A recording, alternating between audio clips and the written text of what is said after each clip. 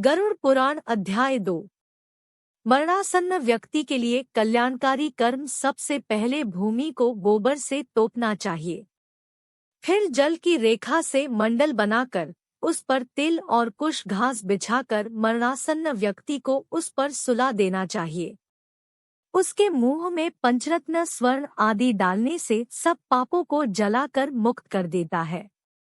भूत प्रेत आत्माएं और यम के दूत अपवित्र स्थान और जमीन के ऊपर रखी चारपाई से मृत शरीर में प्रवेश करते हैं।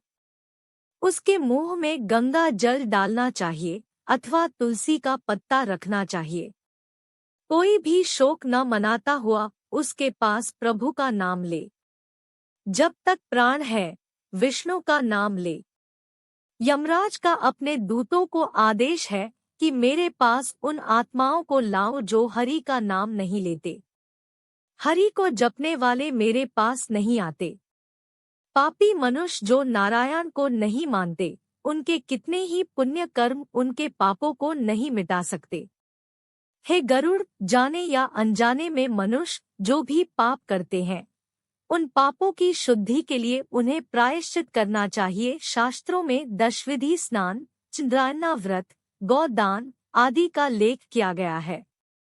यदि मनुष्य उनमें क्षमता के कारण सफल न हो रहा हो तो कम से कम चौथाई प्रायश्चित अवश्य करना चाहिए। तत्पश्चात 10 महादान गौ, भूमि, तिल, स्वर्ण, घी, वस्त्र, गुड़, रजत, लवण इनका दान करना चाहिए। यह पाप की शुद्धि के लिए पवित्रता में एक से एक बढ़कर है। यमद्वार पर पहुंचने के जो मार्ग बताए गए हैं वह अत्यंत दुर्गंधित, मवाद, रक्त आदि से परिव्याप्त है। उस मार्ग में स्थित वैतरणी नदी को पार करने के लिए वैतरणी गौ, जो गौ सर्वांग में काली हो और जिसके थन भी काले हो, का दान करने चाहिए। यह सब उत्तम प्रकृति वाले ब्राह्मण को देना चाहिए। पद दान का महत्व।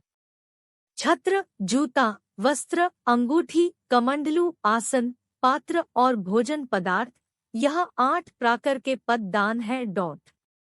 तिल पात्र, घृत पात्र, शैया तथा और जो अपने को इष्ट हो देना चाहिए। हे पक्षी राज, इस पृथ्वी पर जिसने पाप का प्रायश्चित कर लिया है, सब प्रकार के दान भी दे चुका है, वैतरणी गौ तथा अष्ट दान कर चुका है। जो तिल से पूर्ण पात्र, घी से भरा पात्र, शैया दान और विधिवत पद दान करता है, वह नरक रूपी गर्भ में नहीं आता, अर्थात उसका पुनर्जन्म नहीं होता। मनुष्य स्वयं जो दान करता है, परलोक में वह सब उसे प्राप्त होता है, वहां उसके आगे रखा हुआ मिलता है। छत्र दान करने से मार्ग में सुख प्रदान करने वाली छाया प्राप्त होती है। पादुका दान से वह मनुष्य घोड़े पर सवार होकर सुखपूर्वक मार्ग पार करता है।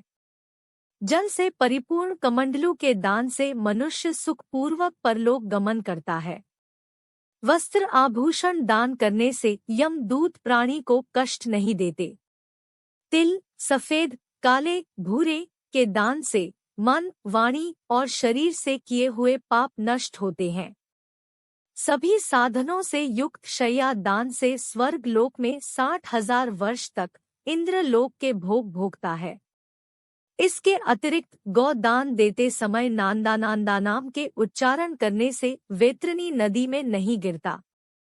दुखद और बीमारी के समय तिल, लोहा, सोना, रुई का वस्त्र, नमक, 7 अनाज, भूमि का टुकड़ा देने से पाप कर्मों की शुद्धि होती है। लोहा दान करने से यम की नगरी में नहीं जाता। लोहे का दान हाथों को जमीन के साथ छूते हुए देना चाहिए। यमराज के हाथों में कई प्रकार के लोहे के अस्त्र होते हैं। यह दान उन अस्त्रों के प्रभाव को कम करता है। सोने का दान यमराज की सभा में उपस्थित ब्रह्मा और दूसरे ऋषि मुनियों को प्रसन्न करता है, जो कि वरदान की संज्ञा रखता है। रुई के वस्त्र से यमदूत कष्ट नहीं देते। 7 अनाजों के दान से यम द्वारों पर तैनात कर्मचारी आनंदित होते हैं। भूमि के टुकड़े पर जिस पर फसल हो, देने से इंद्रलोक की प्राप्ति होती है। पूरे होश में रहते हुए एक गौ का दान बीमार अवस्था में 100 और मरणासन्न के समय 1000 गौ दान करने के बराबर है। एक गौ केवल एक जन को ही दी जानी चाहिए। वह यदि इस गौ को बेचता है या किसी दूसरे के साथ इसका बंटवारा करता है तो उसका परिवार 7 पीढ़ियों तक पीड़ित रहता है। गौ दान करने की विधि। काली या भूरी गौ के सींगों पर सोने का पत्र और पैरों में चांदी पहनाएं। इसका दूध पीतल के बर्तन में निकालें। गौ के ऊपर काले कपड़े का दोशार डालें। दूध वाले बर्तन को ढककर रुई के ऊपर रखें। इसके पास यमराज की एक सोने की मूर्ति, एक लोहे का टुकड़ा, पीतल के बर्तन में घी, यह सब गौ के ऊपर रखें। गन्ने की पौरियों से रेशम की डोर से बंधा एक फट्टा बनाकर धरती में एक गड्ढा बनाकर पानी से भरे और फट्टा को इसमें रखें।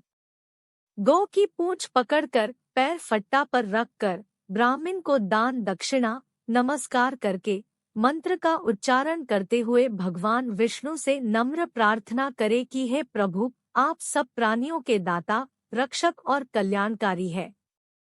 आपके चरणों में यह उपहार भेंट करता हुआ वैतरणी नदी को नमस्कार करता हूँ। हे गौ माता, आप देवी शक्ति के रूप में मेरे पापों का खंडन करें।